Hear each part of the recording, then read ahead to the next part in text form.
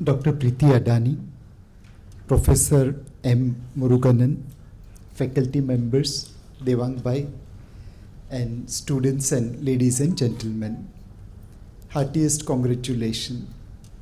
Today is a day which you should remember. Now you are stepping from education and the theoretical world to the real practical world. As Professor Muruganan mentioned, may God be with you and you prove worthy of the knowledge which you have got. One question which comes, that all this knowledge which we have acquired, is it good enough? Is it going to help you in what you aim in life? Very recently, Government of India had launched a program called Aspirational District Program. Many of you would have heard about it. They had chosen all those districts which were way behind national and state averages in variety of things like child mortality, anemia, and so on and so forth. The government focused its resources on hoping to improve the statistics in those backward districts. Over the years, these aspirational districts have done extremely well, and most of those districts are now above their state averages by a margin. From being in the last benches, they are occupying the front row. And why did this happen? Did it happen because government provided more resources? Answer is no. All of us know that government was stretched for resources during pandemic. The reality was, it was all about management. The top district officers, medical officers, collector, they were all given sufficient tenure, and that longer tenure itself resulted into better management, better governance, and the backbenchers moved to the front rows. That is the quality of management. I'm sure all of you would have seen a video where China constructed a hospital in 7 days in Wuhan. Now, in 7 days in India, we can't probably even name a hospital. Why are we falling behind? I don't think so. In that video, there was anything which our engineers didn't know. What we lack is the management. What we lack is the governance. And I hope all of you improve the infrastructure. When we got independence, before the independence, Karachi was the principal port on the western side along with Mumbai. And post-independence, Karachi went to Pakistan and there was a need to create a port, and Kandla was created. Kandla did well to compete against Karachi, but it didn't do well enough to compete against Singapore or some other port. For that you required Mundra. Mundra and Kandla are probably 20 kilometers away or 25 kilometers away. But see the difference in management. One is now giving competition to the best in the world. And I'm sure all of you have seen the video of world's largest container ship coming to Mundra port. That video was circulated at least to investors like us. And the turnaround time of that container ship at Mundra was at par with the best in the world, be it Rotterdam, be it Hong Kong, be it Singapore. Could we have achieved similar outcome at Kandla? Your guess is as good as mine. That is the power of management. And when you manage things better, it does not necessarily only help, the rich. It can help masses also. How many of you have heard the name of a city called Nagpur?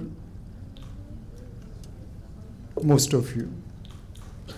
Typical Ahmedabadi behavior છે. નિલેશભાઈએ પૂછ્યું પણ આમાં આપણે શું કે હાથ ઊંચો કરીએ? I can understand that. What is Nagpur famous for? Oranges. Now, you all know brand called Tropicana, right? Now, is Tropicana brand made of Nagpur oranges? Answer is no. Despite producing best oranges in Nagpur, we don't have a brand like Tropicana going all over the world. Now, this is the story I have heard. Whether it's gossip, rumor, or real, who knows? But it resonates with me, and that's why I'm sharing with you. There was a multinational company which wanted to convert Nagpur oranges into pulp and eventually into a brand like Tropicana. They came in the 80s to set up a pilot project. It was easy to procure best of the oranges. The quality was fantastic. It was easy to convert that into pulp. Then the difficult part began. You had to ship those pulp in refrigerated containers to the port. There was no JNPT in those days. There was no Mumbai-Pune expressway in those days. It took about 5 days for the truck to move from Nagpur to Mumbai Port Trust. In those days, we had something called octroi. So every check naka, that truck was stopped, checked, and then moved on. It took 3-4 days for that pulp to get it on the ship at Mumbai Port Trust. Net, when the pulp moved to the ship, it was not worthy of human consumption. We ended up losing opportunity to convert Nagpur oranges into a brand like Tropicana, not because we didn't have oranges, but because we didn't have better roads, we didn't have better port, we had a regulation like octroi in between. This is where your role comes into play. Today, India does not have shortage of infrastructure in most parts. There are some bottlenecks, but in most parts today, we don't have shortage of infrastructure. What we lack is the management of infrastructure. World over, when 100 units of power is produced, about 85 to 90 reaches to the biller or consumer. In India, that number is about 55 to 60. Globally, transmission and distribution leakages are about 10%. In India, it is about 40%. Now, some people say it's not transmission and distribution leakage, it is theft and dacoity leakage, because people put langar and take away the power. Can smart meter be answer to that theft and dacoity or transmission and distribution losses? If you can improve that, automatically industry becomes competitive. Limited point here is that you have all got the knowledge of managing infrastructure better, and there is a huge world of opportunity of infrastructure creator who will require your skill set so that that infrastructure can be managed better. Now let me share my experience on what is needed in today's world to become more successful or to grow and mature in an organization. When I joined Kotak Mutual Fund, I went to Mr. Uday Kotak and said, what do you expect out of me? So he gave me this example, which I am taking the liberty of sharing with you. The life can be divided in 2 by 2 boxes. The first box or the first quotient is called Ram quotient. All of you have heard about Bhagwan Ram. Bhagwan Ram is Maryada Purushottam. His objectives in life and his means to achieve those objectives in life are always noble. He could have gone and crushed Ravan on his own, yet he took the help of monkeys and bears to go and rescue Sita Mata. He knew Sita Mata was pious, yet made her go through Agni Pariksha. That's Bhagwan Ram, Maryada Purushottam. Objectives are always right. Means to achieve those objectives are always right. try to be in Ram quotient most of your life. The second quotient is Krishna quotient. Krishna Bhagwan is not Maryada Purushottam. For him, objective should be noble, but the means to achieve that objective can be compromised. So to win the war of Mahabharata was more important than telling Arjun that Karna is your brother, in fact elder brother. He allows or actually encourages Arjun to kill Karna, and then later on tells, incidentally, this was your elder brother. This is Kali Yuga. While we want to be Ram all the time, in Kali Yuga sometimes we'll have to become like Krishna. Sometimes you have to take shortcuts. Sometimes you have to compromise means, but never ever compromise on the goal. The third quotient is Duryodhan quotient. Duryodhan means were always right, but his goals were always compromised. So even at the end of Mahabharata, when he is fighting for his life, his entire army has been destroyed, his brothers have been killed, he doesn't go and hit Bhimsen below the belt. Bhim, on the other hand, as directed by Krishna, hits Duryodhan below the belt and kills him. So Duryodhan fights battle appropriately, but the object for which he is fighting the battle is all compromised. So don't be like Duryodhan, where your means are right, but your objectives are wrong. And finally, you have Ravan quotient. Ravan ke na means sahi the, na objective sahi tha. He was learned. He was so learned that on his deathbed, Ram tells Lakshman, please go and take learning from Ravan. He was rich. I mean, aaj ki Lanka is a little bit different, but in those days, Lanka was made of gold. Rich, knowledgeable, powerful, and yet what did he get? He destroyed everything. Because his objective of kidnapping Sita Mata and waging the battle all were wrong. So never ever be in Ravan quotient. The life, the business, the career, the job will always give you many questions. Try to figure out in 2x2 box, is it falling in Ram quotient? If yes, blindly do it. Sometimes you have to go to Krishna quotient because this is Kali Yuga. Go ahead and do it. But if you ever have to go to Duryodhan or Ravan quotient, please stay away from it. This will create short-term pain for you. It's not that Ram and Krishna always enjoyed life. They had their problems, they had their issues. But today, centuries later, we remember Ram and Krishna. So try to be in Ram and Krishna quotient.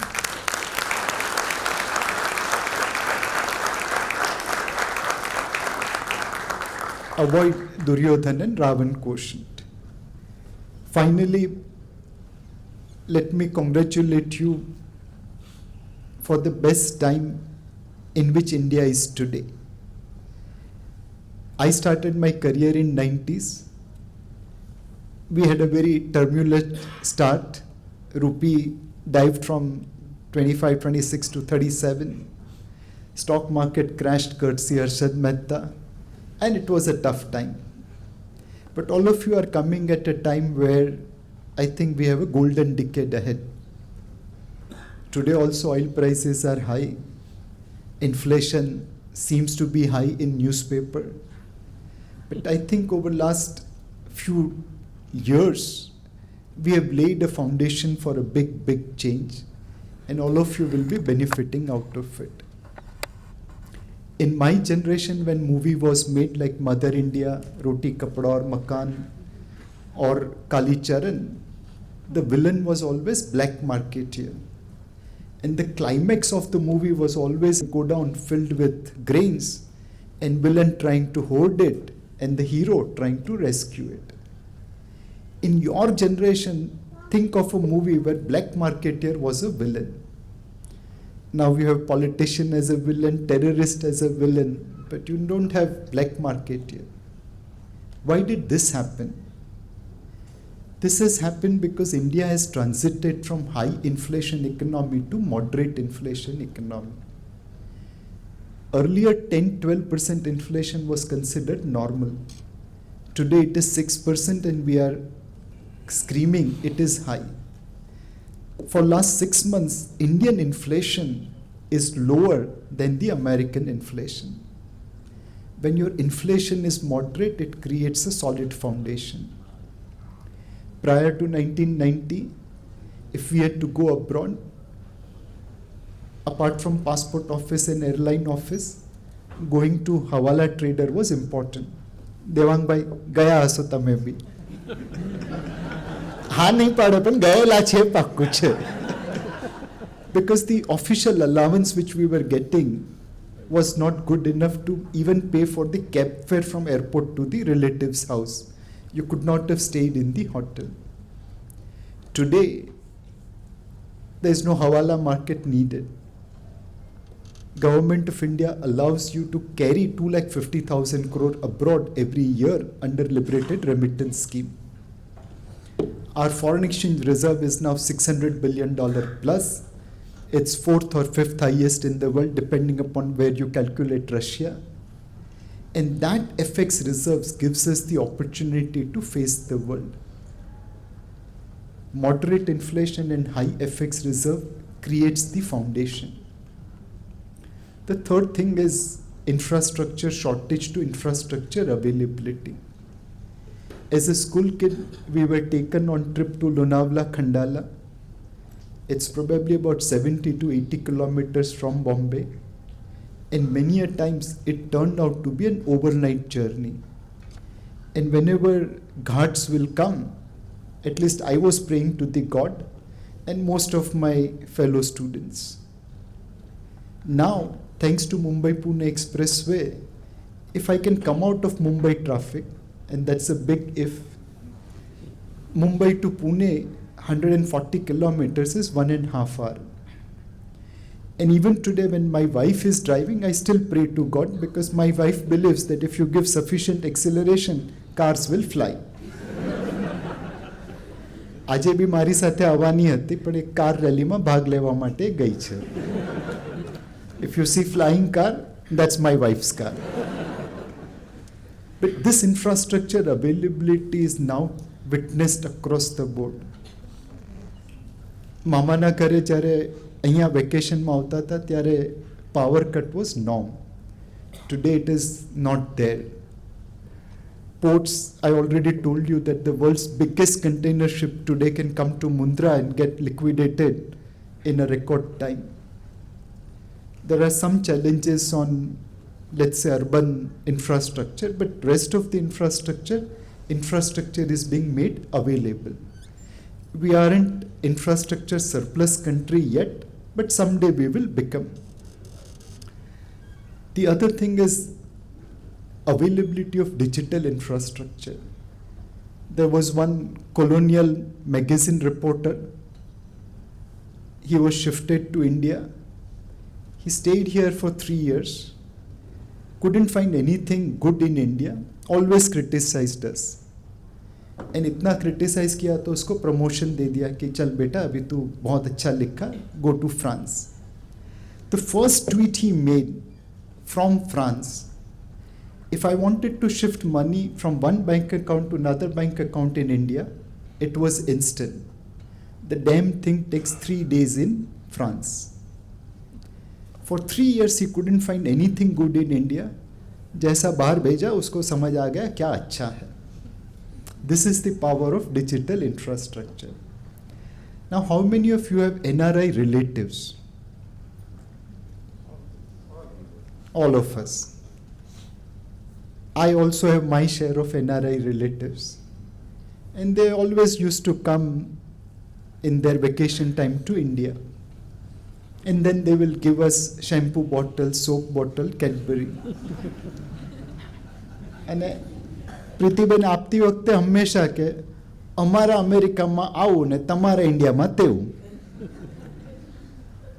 For 25 years I heard that because having chocolate or Cadbury or shampoo or soap was important. Now, this time, વ્યાજ સાથે બધું વસૂલ કરી કાઢ્યું. અમારા ઇન્ડિયામાં તો vaccine certificate WhatsApp પર આવી જાય. તમારા અમેરિકામાં તો હજી બી ચિઠ્ઠી પર આપવું પડે.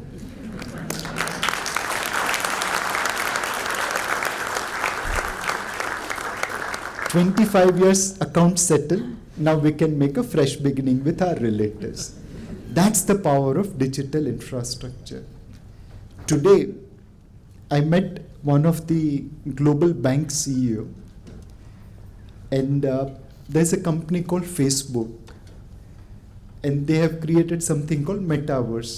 You will be more familiar. I just know the name. I don't know what they mean.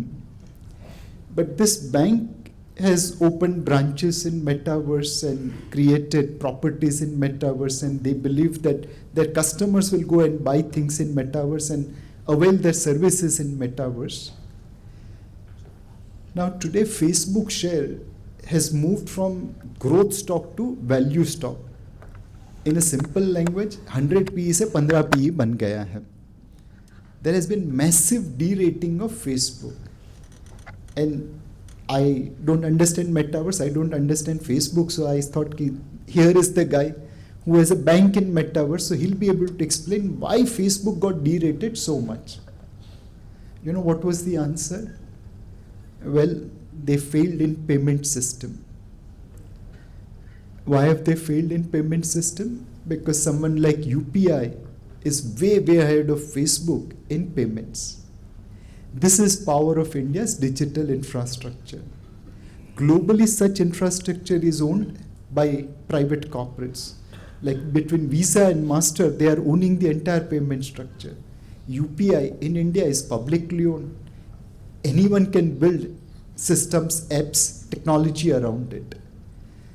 I think India's digital infrastructure, which is better than the best in the world, will create many unicorns, will create many pioneering ideas.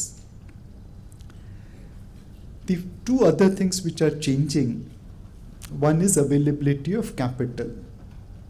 I am a Gujjubai and yet I have to do a job. I am like black sheep of my family.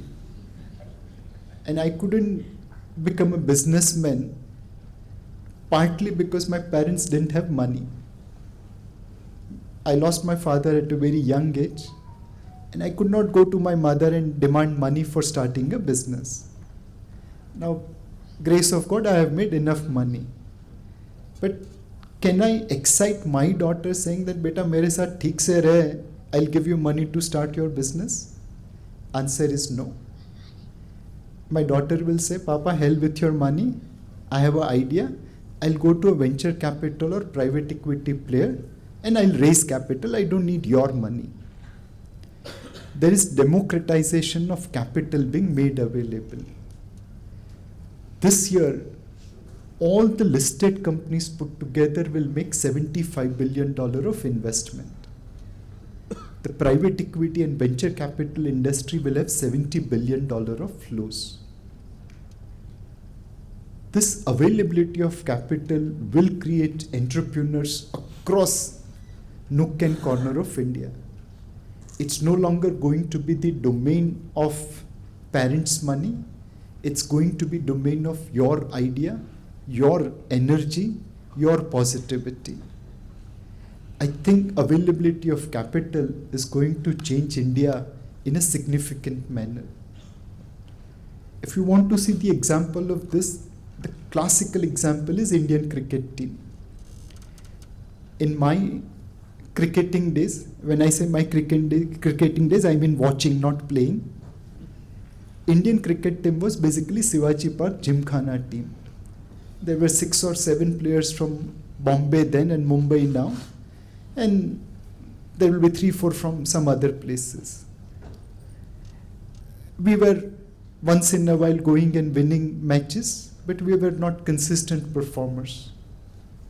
Slowly and steadily, Shivaji Park Gymkhana got dismantled and people from every nook and corner of India started coming into cricket team.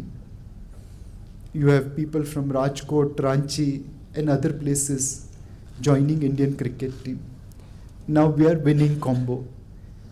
We rarely lose, We consistently remain in top 1, 2, 3. What happened with Indian cricket team will happen with Indian businesses as this PVC funded capital creates entrepreneurs. Finally, the biggest change which is happening is government realizing that they should govern and not run businesses. Air India, when it was known as Tata Airlines, was a small airline, but it was marquee airline. It had a reputation. If you read a book called Beyond the Blue Mountains by R.M. Lala on J.R.D. Tata, there's an incident about Air India. Two people were standing in Zurich airport. One guy asked, "What's the time?" The other guy replied, 12 o'clock. And the second guy said, "How can you be so sure?" And he said, "I can see Tata Airlines Zurich Mumbai flight landing. It must be 12 o'clock. That was the punctuality of Air India. That's where people were using it. Then government thought that we'll be able to run Air India. We ended up creating an airline where number of employees per plane were more than number of passengers per plane. No wonder it kept on sucking capital from government. We put 1,50,000 crore in keeping elephant fly. Then we realized that elephants can't fly. We handed it over to Tata. Now hopefully Tatas will restore Air India to its original glory. There's a museum in France called Louvre. There is one very small photo frame of Mona Lisa over there. Museum of Louvre attracts or attracted more number of visitors than whole country of India. A small museum of Louvre attracted more number of visitors than whole of India put together. It's not that India does not have visit places, but our airports, our airline, our infrastructure was becoming a bottleneck. Now today, when you travel on Mumbai, Delhi, Ahmedabad, Hyderabad, Bangalore airport, they are better than many Western airports. Infrastructure is developing, airline is developing. Hopefully, we'll start getting more tourists than the Museum of Louvre, and growth will happen. So there is a solid foundation being laid thanks to moderate inflation, high FX reserves, infrastructure availability, world-class digital infrastructure, availability of capital to budding entrepreneurs, and government becoming referee rather than becoming a player. This combo will create the golden decade for India. And all of you are lucky to be born in this era where your working career is beginning, where India is about to take off. Finally, I just want to leave you with one Subhashit in Sanskrit. Na dhairyan vina Lakshmi, na sauryan vina Jaya, na danam vina Yasha, na gnanan vina Moksha. Without patience, you can't get wealth. Without valor, bravery, you can't win war. Without knowledge, you cannot get moksha. And without caring, without giving, you cannot get kirti or yash.